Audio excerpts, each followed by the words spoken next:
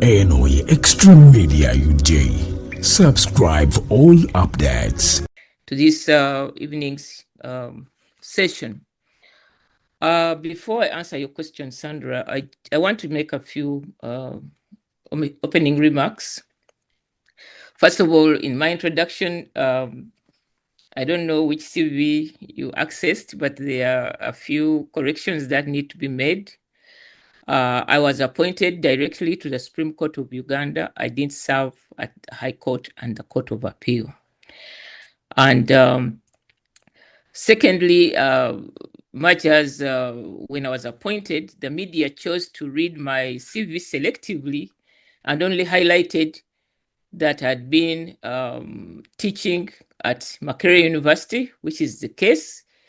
But I have a very rich career in civil society, human rights advocacy, and also in legal practice.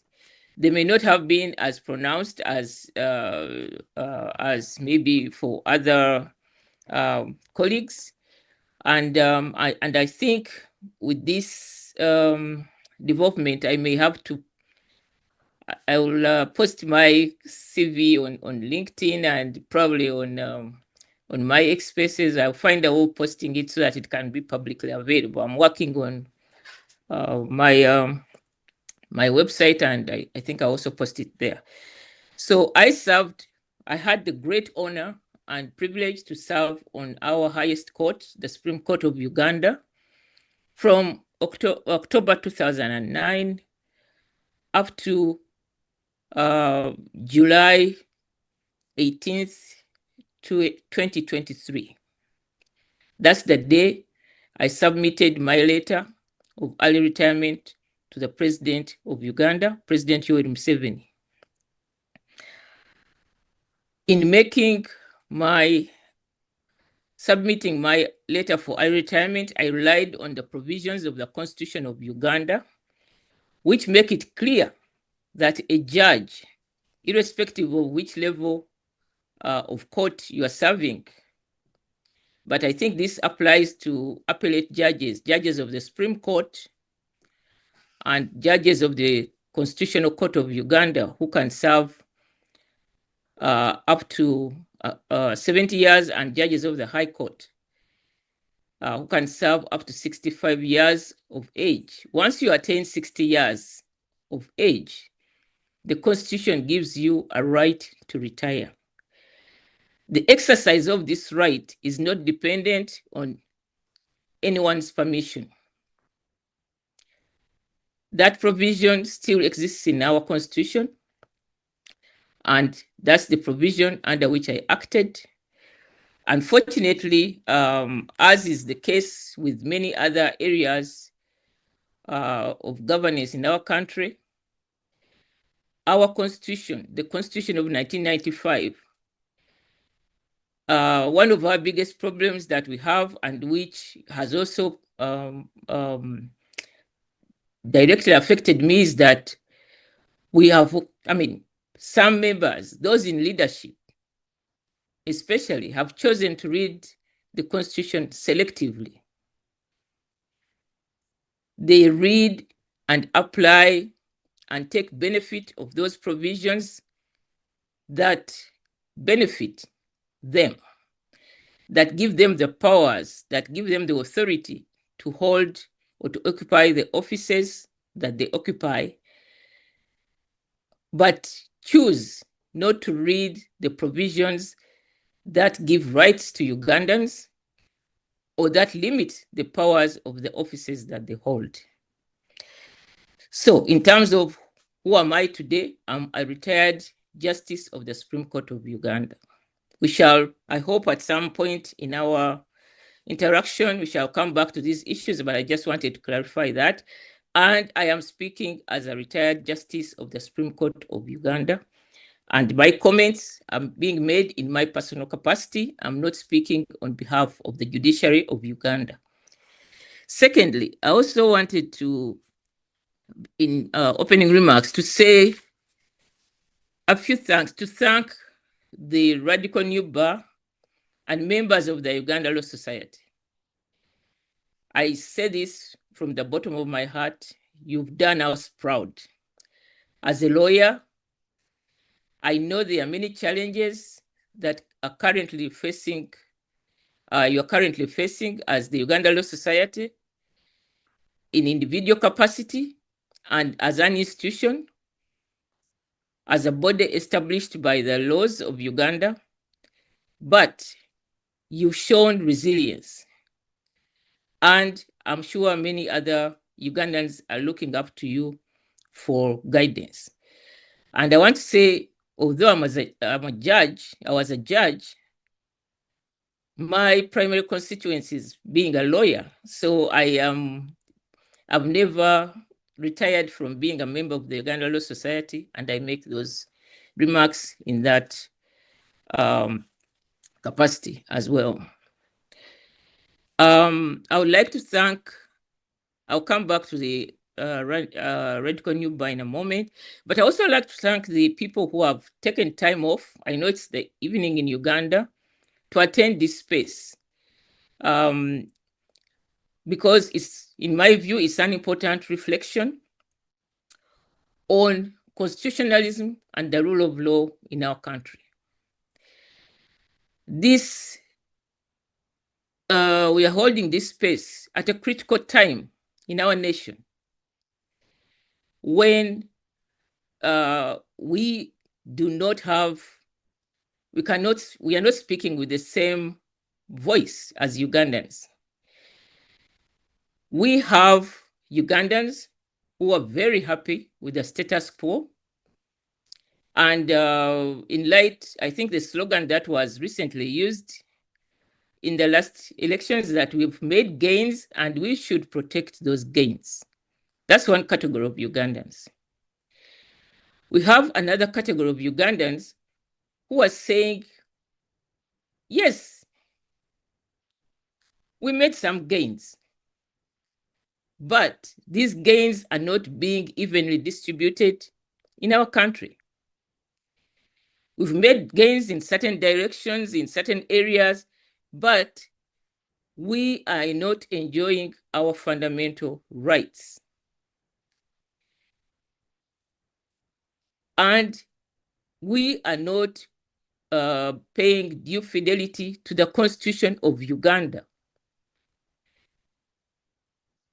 And as you know, for that category of Ugandans, many of them have been labeled different names. The most recent titles are like, you're a terrorist, you're a non-peace loving Ugandan.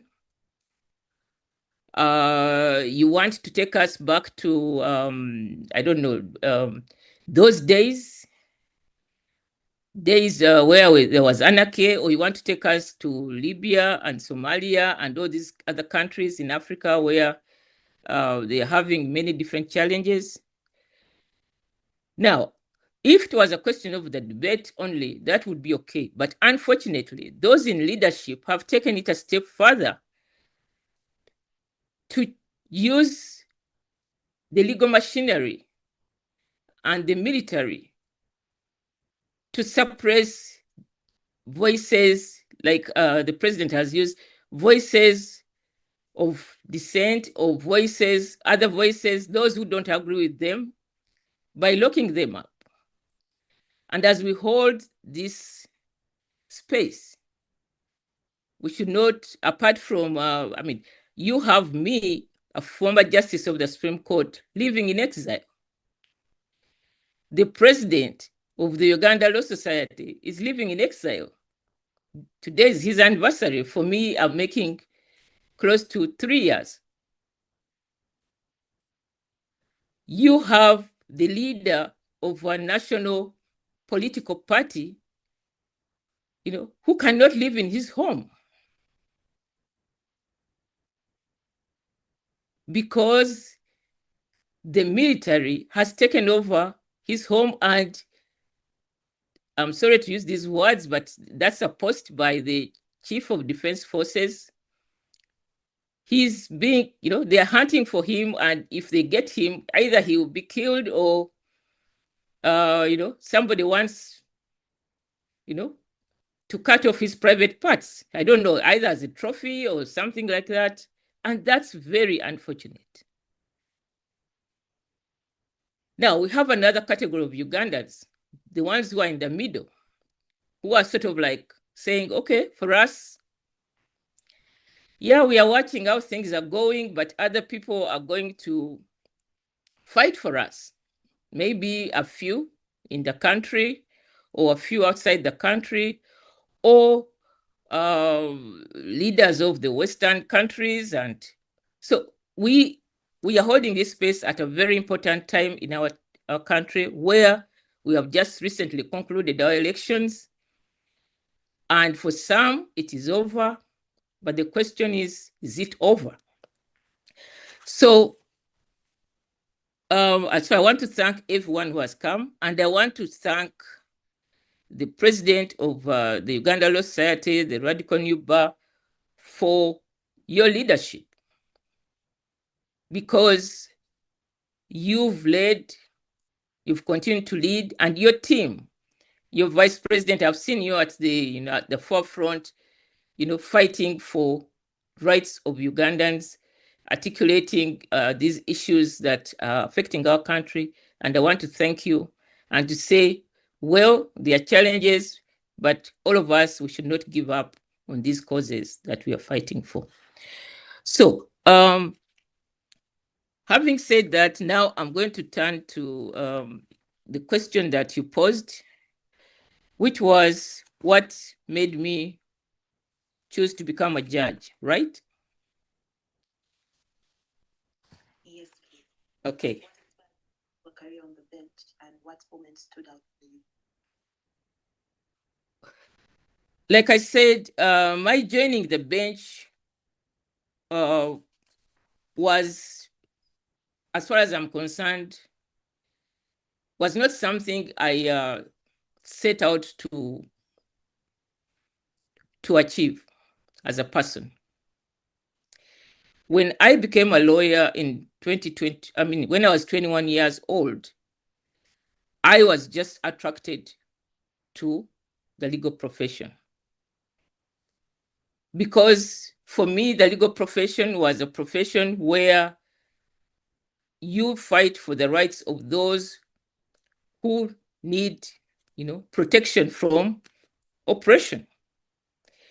Whether it's a woman who is facing domestic violence in her home, whether it's someone who has been imprisoned for a crime he or she did not commit, whether it's someone whose land is being grabbed and the law is being used to deprive them of their right to own their land. And in any other of those situations, as we know, whether it's a mother or father who's being deprived of their rights to have custody, I was attracted to the law to protect and to use the law to advocate for people's rights.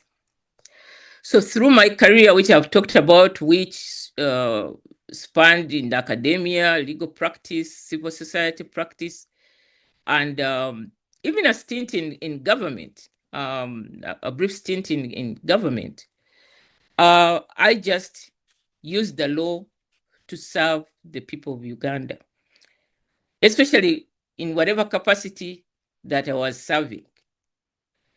So when the opportunity came for me to be appointed to the Supreme Court, that opportunity came through two senior citizens of Uganda who approached me and say, well, we want to propose your name.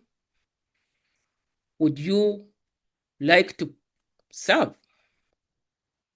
at the Supreme Court of Uganda? And I remember my response to each one of them, I will not disclose their names, was it would be a great honor to serve.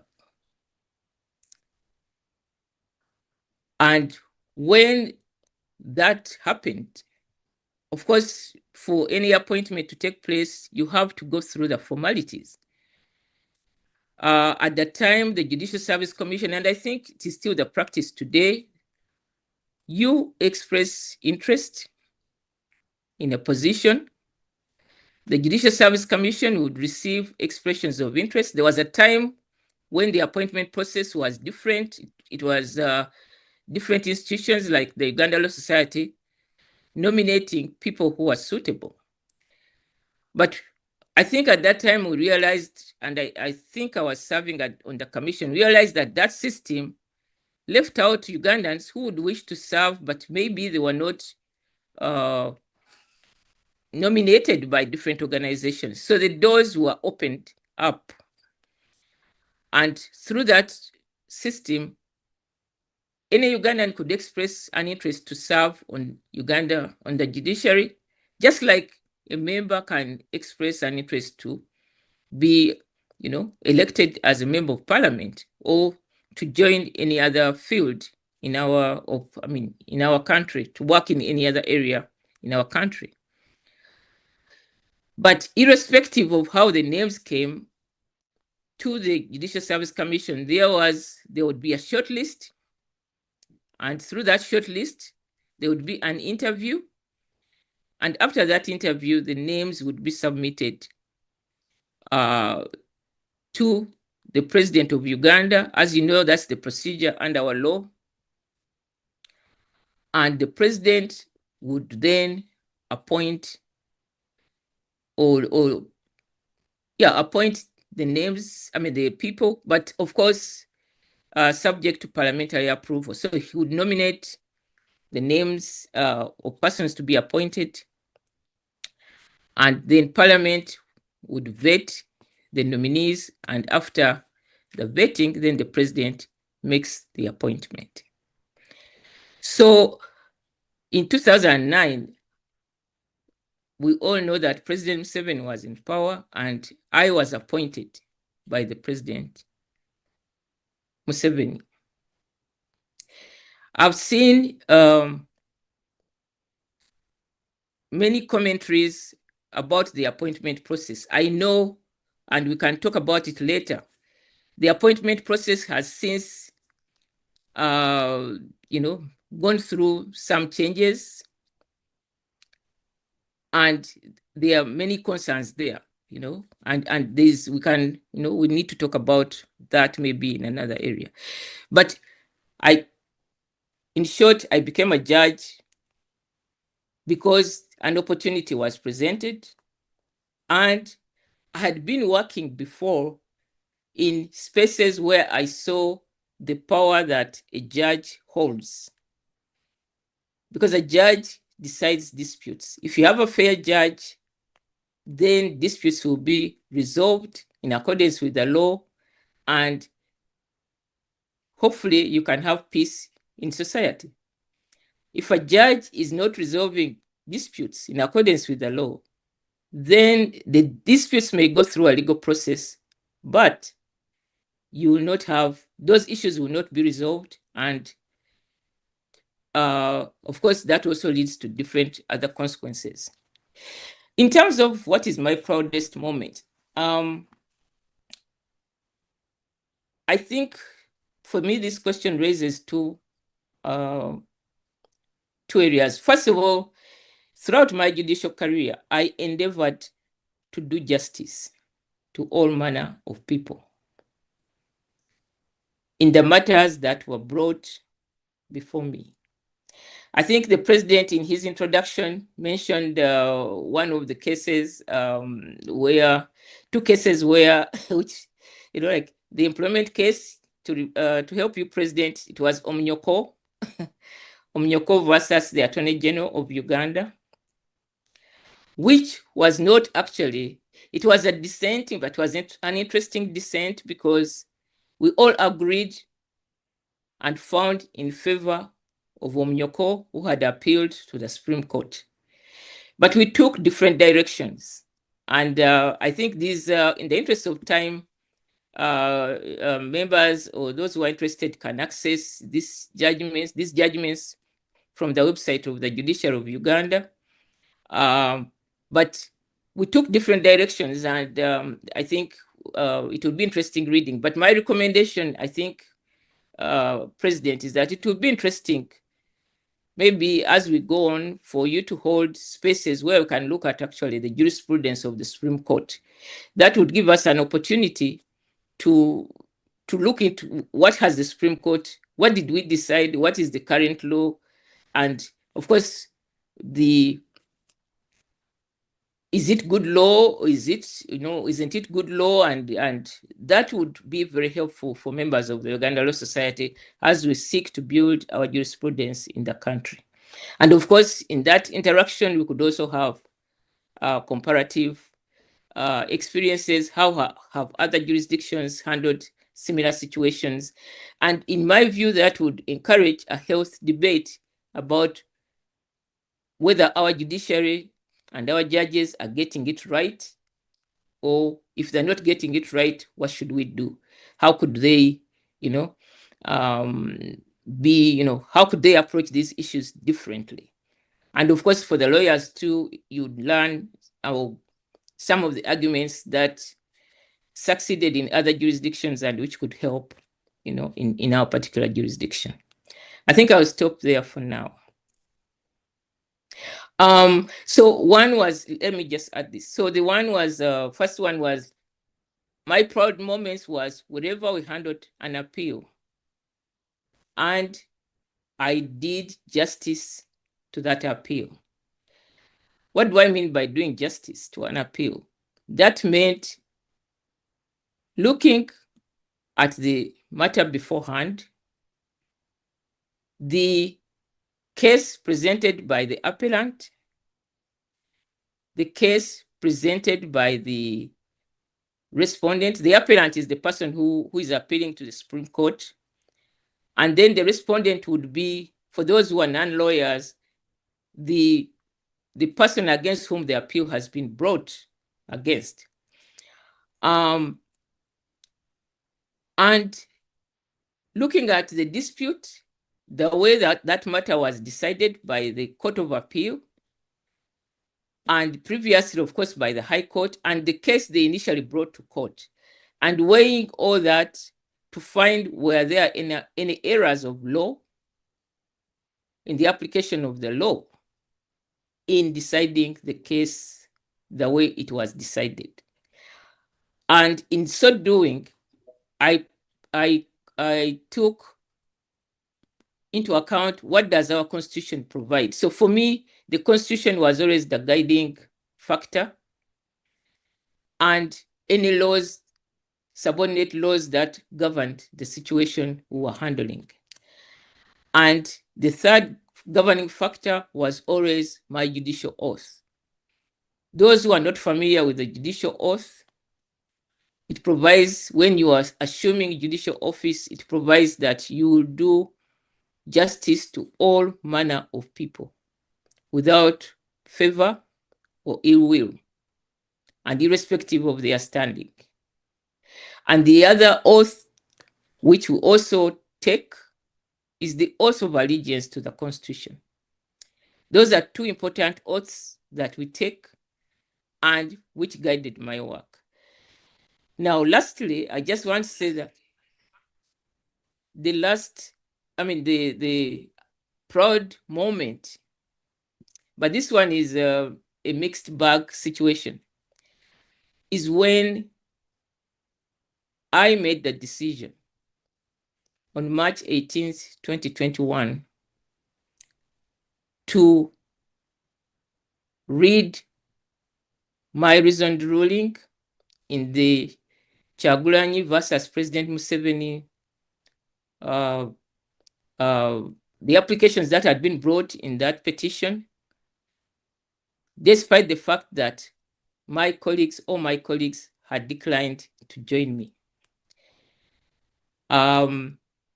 Like I said, it's a moment, of course, that led to repercussions for me at a personal level. But looking back, I'm proud to have taken the stand that I took, that my duty to the people of Uganda was above paying, allegiance to the Chief Justice or any other authority. And my duty was to exercise judicial power in accordance with the Constitution and the laws of Uganda. And looking back, despite what has gone on in my personal life, I'm still proud that I took the decision to pay allegiance to my Constitution and to my judicial oath.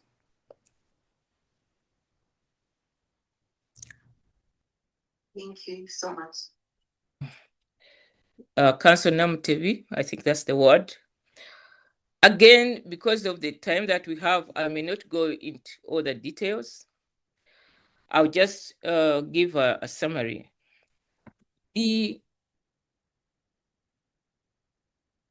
Again, for clarity purposes, I want to say that when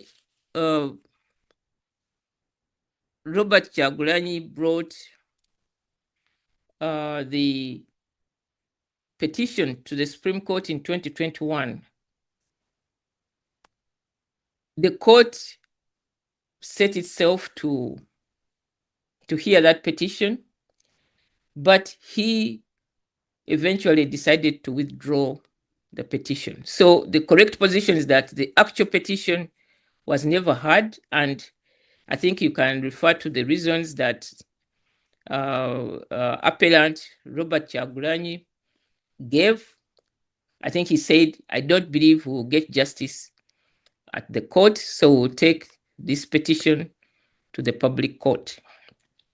So what we decided in that case, before the withdrawal took place, there were 3 applications that were brought to the court.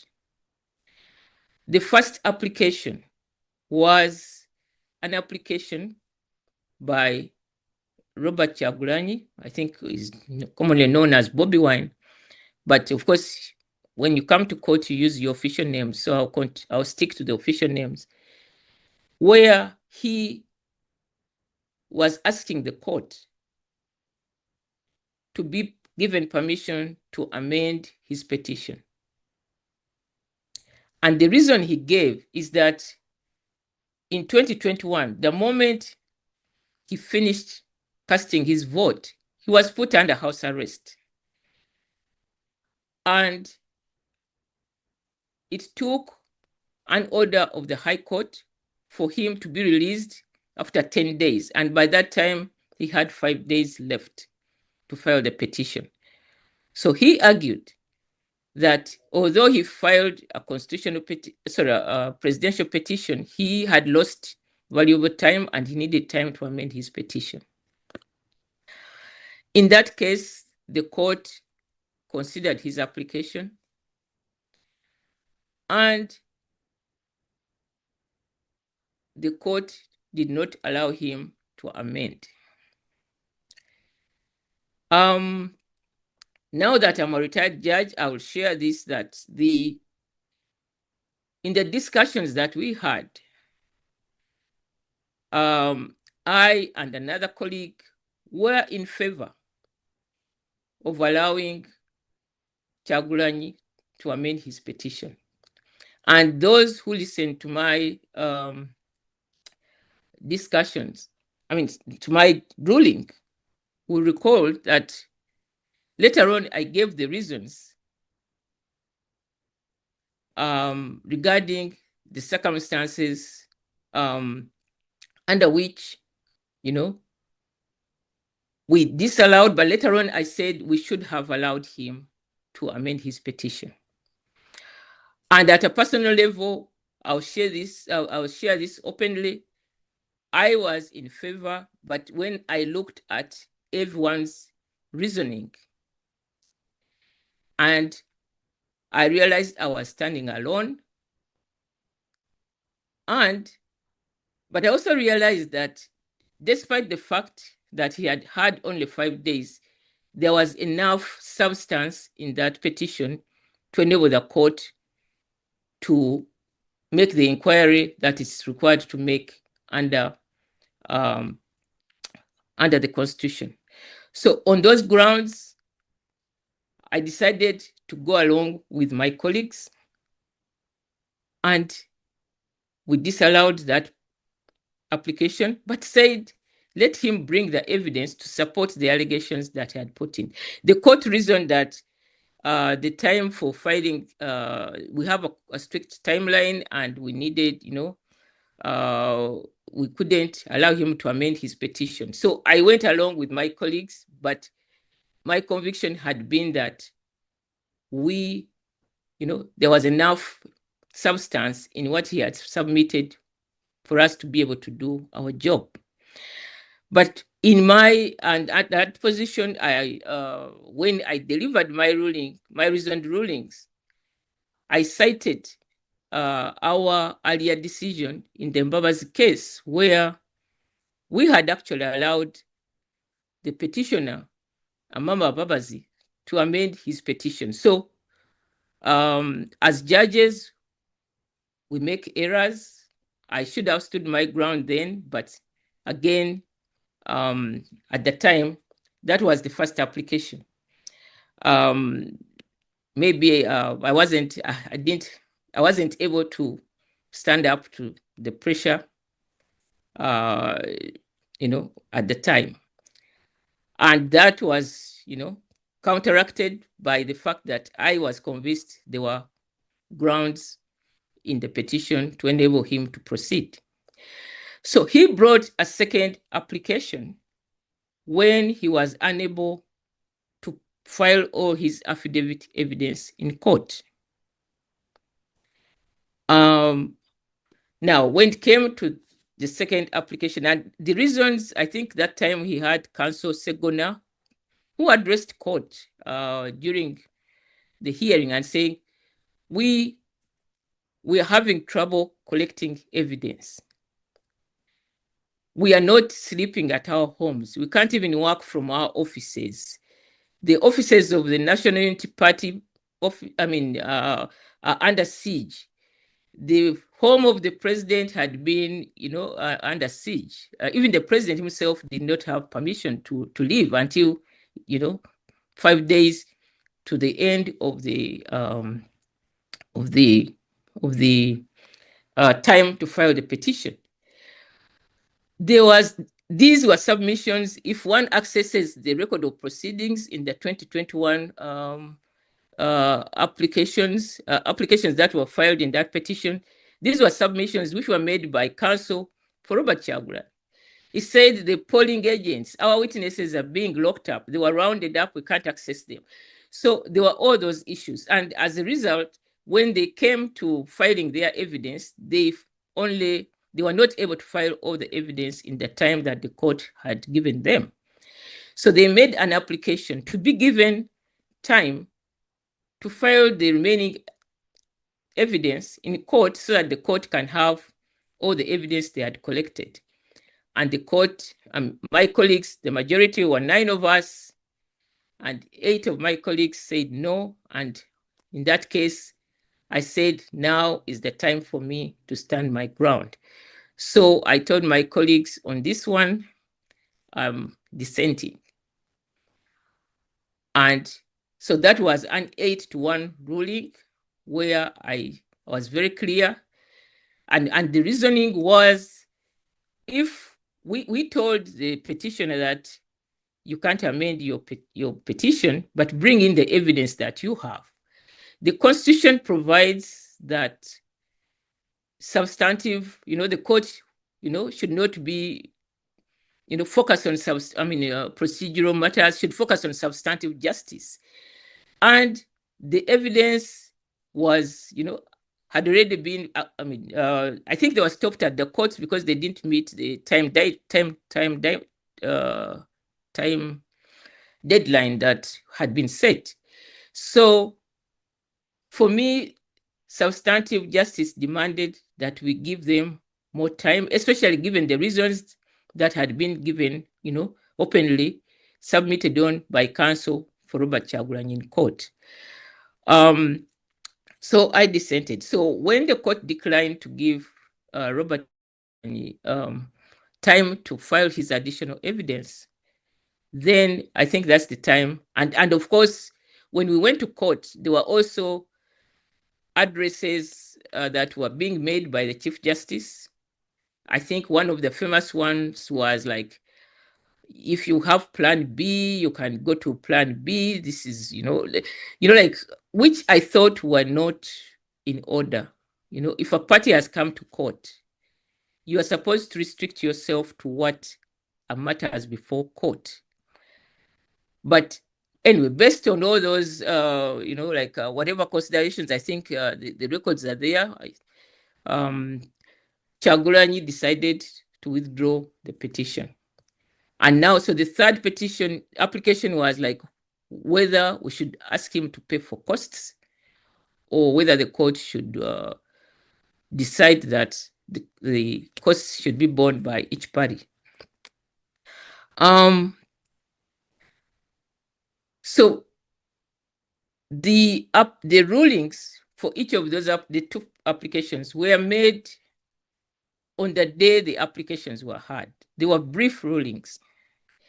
But in those circumstances, the court has a right to make a ruling and to give the reasons for the ruling later on. And that's what the court did and informed the parties accordingly. There was also another application, an interesting application. President Semakade mentioned it, which was made by Mabirizi. And Mabirizi came to court. As you know, under our constitution, the provision for challenging the outcome of presidential elections is very restrictive. The right is only given to those who contested in the race. The rest of Ugandans who cast their votes are left out of that provision.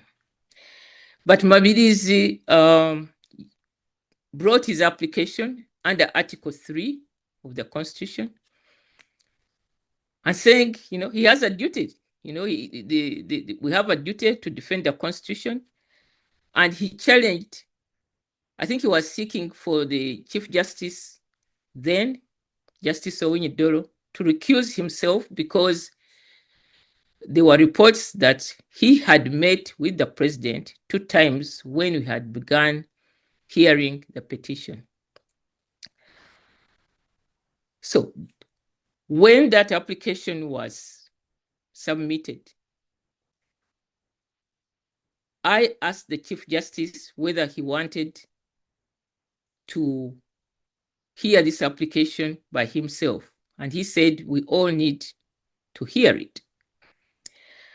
In that application, Mabirizi had also said he wanted, I think, the proceedings to be quashed, or the orders, basically saying, because the Chief Justice had met with the president during the hearing of the, while the petition was pending, he should recuse himself from presiding or even hearing the presidential election petition.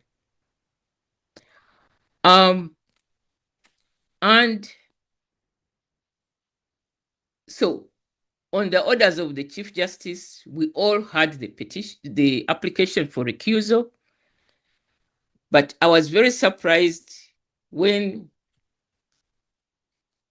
after hearing the application, then the Chief Justice said, I'm the only one who should be writing my ruling because the recusal application was, made against me. Anyone who has sat in any court knows that if you hear a matter, you are required to make a ruling on the matters that you've heard. So I informed my colleagues that I was going to write a ruling on that matter as well. And their precedents, I don't have time to go into them, which show that when a recusal application is made against a judge, other members of the court also, are entitled to write their rulings on the matter. And even if the judge in question believes that he should not recuse himself. I think there was a case which involved Justice Ogola when he was sitting on the Comesa court. We can look it up and share it, but it covered that very issue where Justice Ogola declined to recuse himself, but the court pronounced itself on the matter, even those against whom the application had not been, those who had not been the subject of the application. So I think, in short, I just wanted to say that's basically what happened. Of course, subsequently, there are many versions that came up, and at that time I was a judge, and I chose to restrict myself from speaking about these matters, hoping that the legal processes in the country would take their course, and I would be able to defend myself and against any matters that came up, if at all, as they did. Unfortunately, that hasn't happened. That was 2021. We are now in February 2026, and you all know what has